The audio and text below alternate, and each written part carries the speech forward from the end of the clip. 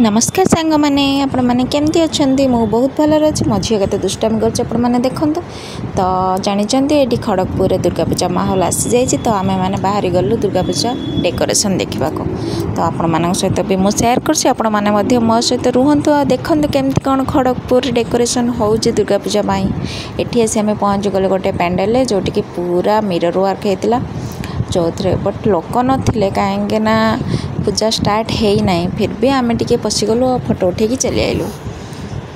मो झील भी बहुत एंजॉय करूला बुली बुलिकी आम भी बहुत एंजॉय करूँ जो घूरी घूरी थका होगला तो रिटर्न पलि आसलु घर को। तो जाऊँ जाऊँ रास्त हजबैंड कहले कि किसी फ्रूट नवा तो भाविलु कि किसी फ्रूट नहीं जावा